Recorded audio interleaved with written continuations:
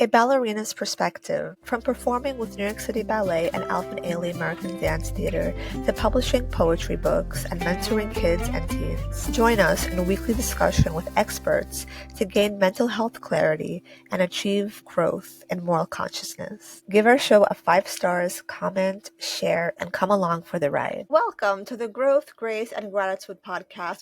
Today we'll be talking about what is actually responsible for depression and how to holistically deal with that and heal the overall mind, body, and soul with Dr. Corona, who is known as Doctor for Depression, as he's treated tens of thousands of patients for neurochemical imbalances. He obtained his medical degree from New York Medical College. He is a Southern California-based physician reshaping the future of psychiatry and family medicine with his pioneering approach, Minds and Body Healing. His latest book, The Corona Protocol, a scientifically proven medical solution to stop addiction. In it, he unveils groundbreaking insights into mental health treatment, challenging conventional approaches that have stagnated progress. It's a beautiful bio and journey you have went through to help the community to heal depression and mental health through a holistic way. So thank you so much for coming on the podcast. Thanks for having me on. I appreciate it.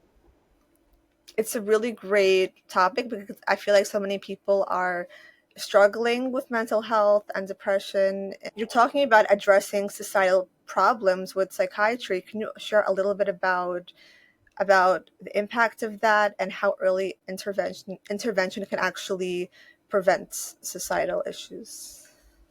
Well, with any kind of mental disorder, whether it be depression or anxiety, people are wondering, well, when do I treat it? Because aren't we all anxious at times? Yes, we all are anxious at times. We all have stress in our lives. Unlock your best life with Soul app. Book a holistic wellness experience with a trained guide and start changing your life today with compassion practices, inner healing, food and diet, and so much more. Tap into a healthier and happier life with the #1 purposeful living app in the US, the Soul app. Link in the description of the podcast. We get sad about things occasionally that we should get sad about: loss of a loved one, loss of a pet, things like that, loss of a job, divorce. The major depressive disorder or a generalized anxiety disorder is when it becomes more than just a little bit here and there. It becomes more of a pattern, a persistent pattern.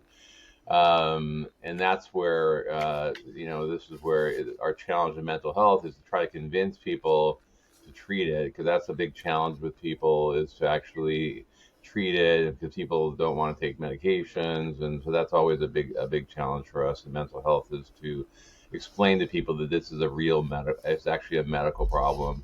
And the reason it happens is, you mentioned trauma. That's a reason. Also genetics. Sometimes it has to do with running in the family, and so sometimes there's nothing going on wrong in the person's life at all, no trauma, nothing, but they have really strong genetics in the family, and so they develop depression and other conditions just basically based on genetics. ClickFunnels easily build any type of online business and sales funnel in record time, no matter what your product, service, or niche, without any tech design or experience whatsoever. Try the ClickFunnels 14-day free trial, link in the description of the podcast.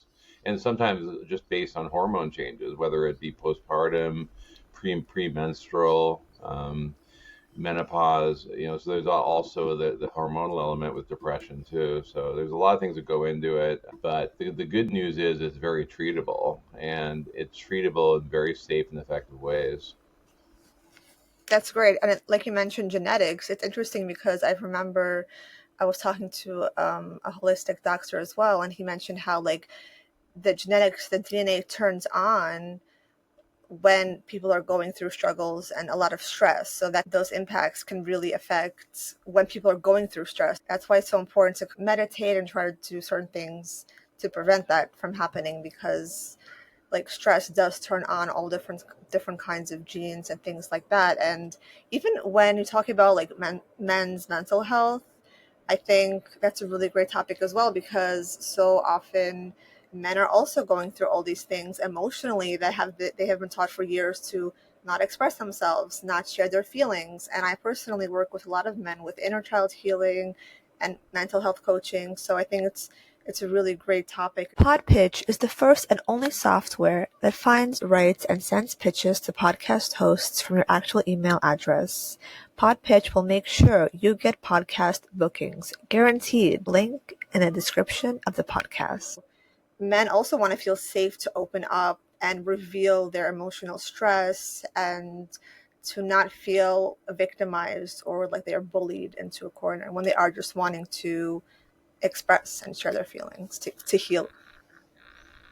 Yeah, men are definitely more challenging to treat. Don't want to display signs of weakness. So that doesn't help that the message out there is that that hey, be strong, don't treat it. You got to just be tough. You're a man. So that's women are and with men it usually comes out more with anger when they're not feeling good or they're anxious, depressed. They get angry really easily. Women are much more open to an understanding about because women I think understand instinctively that there's something going on wrong in the body, and and so again men often just don't have that same instinct. Yeah, I think because like women were in a way taught to be emotional, that's accepted more. So they're kind of tying in their intuition to their emotions. And since so many people have been telling men not to be emotional, they're not connected to their emotions and therefore they're not really connected to their intuition because a form of logic is truly very important, but intuition can also help you navigate logical circumstances and experiences as well. Right, exactly. And when it comes to the Corona protocol, can you talk a little bit about what makes your treatment methods revolutionary in the realm of psychiatry? Well, so this is actually the sixth book I've written. So I started, as a family doctor back in the early '90s, and because I didn't really know exactly what I wanted to do, and I enjoyed mental health treatment, but I didn't think I wanted to do it full time. But when I started to really see in the 1990s, that as a family doctor, I was kind of approaching treatment of mental health conditions in a different way than what I was reading about in psychiatric textbooks. So this led to about 10 years after my started practice, about the year 2000 or so, to split away from primary care and move full time into mental health because I was really starting to see, the things that, again, like I said, weren't understood, like stress affecting the body physically, this mind-body connection I talk about, because stress causing fibromyalgia and chronic headaches and all these physical issues. And that's what led to my first three books, which took me 12 years to complete, called Healing the Mind and Body, the trilogy. That's 1,200 pages of material of my first three books. And then I took a little break, and then I wrote two books for doctors because I really want to teach primary care doctors about this subject. So I wrote those two books, put them aside, and then I started writing my new book. So this one is called The Corona Protocol, a scientifically proven medical solution to stop addiction, bullying, homelessness, school shootings, and suicide, 30 years in the making. So this book, my recent book, I wanted to be different. I didn't want it to be just all about the science, but more storytelling. So I'm a fiction lover and reader since I was a kid, and so I've always wanted to write fiction. So this book is really kind of half fiction, half nonfiction. So I talk about a lot of different subjects, like depression, anxiety, bipolar disorder, and several other things. And then I basically I launch into a story about a person that has this condition. So there's 30 original short stories in the book. And it's about the Corona Protocol, basically the methods I've learned how to do things, and which is a different method than other doctors have taught. And then after I finished that book early this year and released it, now I'm finishing those two books I wrote already. I'm editing them this year, so they're going to both be out also. And then I'm done. Then I'm done writing. So then I'm done. I'm done writing after the fifth and sixth books come out, and because I really want to get more into teaching and things like that. So. That's fantastic. That's a wonderful shift from being a physician and then starting to write. Inspiring to kind of share your perspective in a different format. So that's really great. And especially with storytelling, it's such a great way to connect with the audience and to explain Sanger Daniel's online seminar promoting a positive message of self-healing with bioenergy work together with live seminars and remote coaching. Use code BIO20 for a 20% discount for our audience. Link in the description of the podcast. Difficult things through storytelling. That's how people relate. That's how people connect with the art of storytelling. So yeah, that's fantastic. And you have a show, the Dr. Paul Show. What is that all about? It sounds fun. So the Dr. Paul Show came about. I was a patient of mine sent my book to a friend of hers who owns a TV network, and so this woman read the book and then contacted me, and we had a Zoom call, and she offered me a reality TV show based on my practice, and I took her up on it because I thought this is a perfect way to advertise myself, and then because as far as getting into teaching, then the next, how do I do that? Well, I'll figure that out soon enough. But I got offered this show, and we're now in our fourth season. We've had over 6.5 million views on Roku worldwide, and we're about 50,000 views on YouTube so far. So it's the Dr. Paul Show. So again, it's on Roku, Amazon Fire, and YouTube. Now, to find it on YouTube, you have to put the Dr. Paul Show, all lowercase, all stuck together, no spacing, no period. So THEDRPAULSHOW. So if you put it in just like that, you get a free channel. Now, on my YouTube channel, there's a lot of other things. There's a lot of short content videos where I talk like 3 to 5 minutes on a certain different subjects.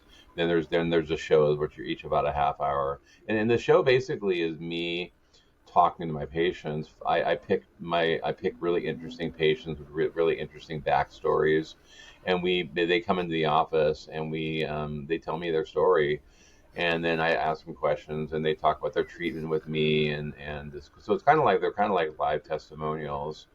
And I also do interviews and try to talk about different topics on the show. So far it's doing really well. We're now shooting a documentary. If you want to look up Samantha, her case has gotten a lot of attention, and so we're going to shoot. They want us to do like a 2 or 3 hour documentary on her.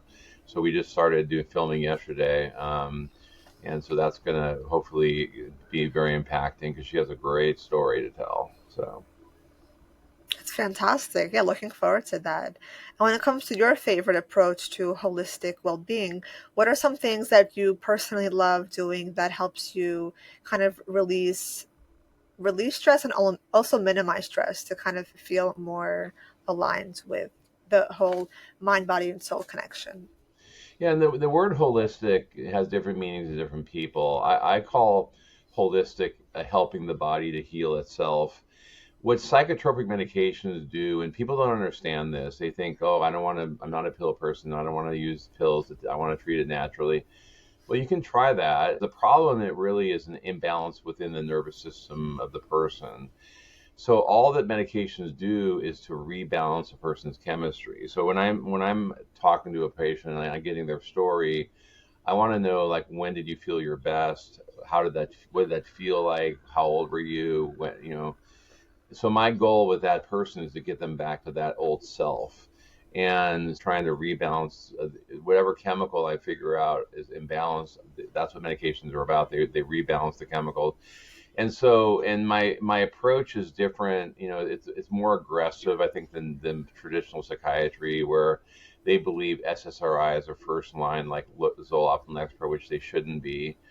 There's better first line medications, and they work very slowly. It'll take 6 to 8 weeks for this to work, and then you have to wait 3 months for that. And so they also work very slowly. And I think people who are suffering can't be waiting so long to feel better. They want to feel better now. So the Corona Protocol approach I've come up with is really focusing on the mental, the emotional, the physical, getting people physically better, and so I really focus on that and every aspect of the person, the sleep, energy, everything. And so it usually takes a combination for most people about 2 to 3 medications in my practice to get people to feel fully better. Some people, it's one medication, that's all they need. This combination of balancing different chemicals, like I said, gets people really feeling amazingly well. And again, my practice isn't just medications. I also refer to psychotherapy when needed. I talk to them about their exercise program, their stress reduction techniques, relaxation techniques. So it's not just about medication in my practice. It's about the whole person. It's about really getting the person totally back, again, back to themselves again. We call that remission. We call it full remission, means completely well. And my goal with every patient I see is to get them completely well. That's fantastic. Yes, great advice and great support for the overall body and mind. And do you have any tips for people who are now struggling with anxiety and mental health issues, or who are going through depression? Any kind of support or advice for them? Yeah, I mean, it's just the thing to remember is that these are very treatable conditions. You know, the vast majority of the time, I'm able to get people fully better within sometimes one visit, but definitely within 2 to 3 visits. So over the time span of within 1 or 2 months, almost all the patients who are suffering, I can get better. So if people are not getting the help they need, or they can't find a doctor that really knows what they're doing about this, or they've gone to a doctor who's tried different things, they just still don't feel great. You need to find a doctor who does, who knows what they're doing. The biggest message I think for people is don't give up hope. I think there's a lot of people a lot of people who just think, oh, I'm never going to feel better. They're suffering needlessly. You don't have to suffer. I think, and be open to treatment. Be open to the fact that there are treatments that are very effective. You just have to have an open mind and say, okay, I'm willing to try something. I'm willing to take that leap of faith.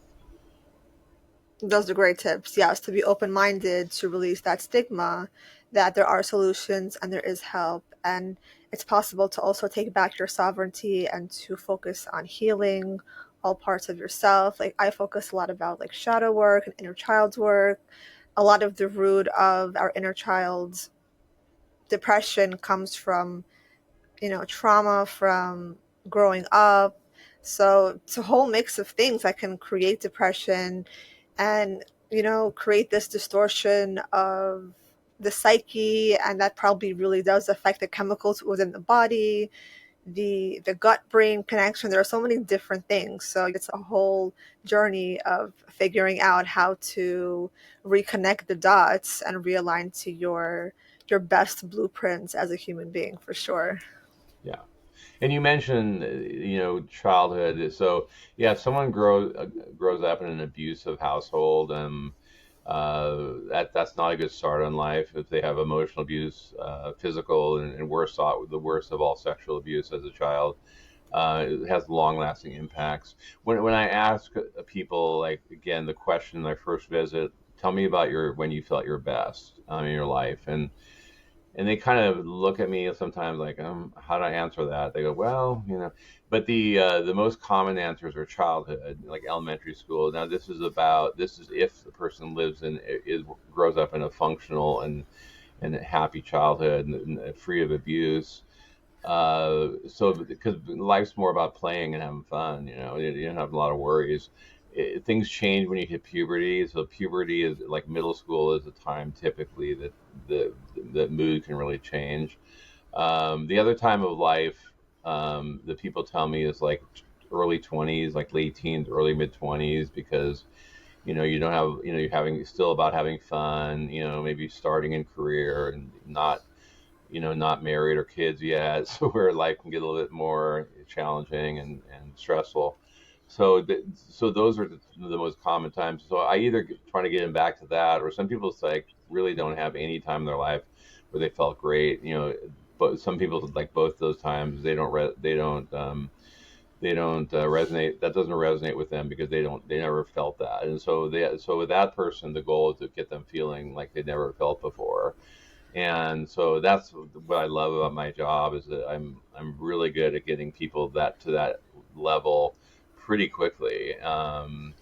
And this is what the book, and in my book, my newest book, The Corona Protocol, each of the cases, I go at the end, I go over medications with each story about, how medications fit into that person's story. And so it's kind of showing people my thinking about medications, where they fit in, where they don't work, and so that's kind of all part of this new book. Fantastic. And it's great you mentioned like kind of like helping to unlock those subconscious memories, tuning into that memory bank. I feel like when we're able to remember, we're also able to kind of tap into a part of our subconscious, our inner child that reflects our pure joy. And that's a really Mhm. great place to also begin healing.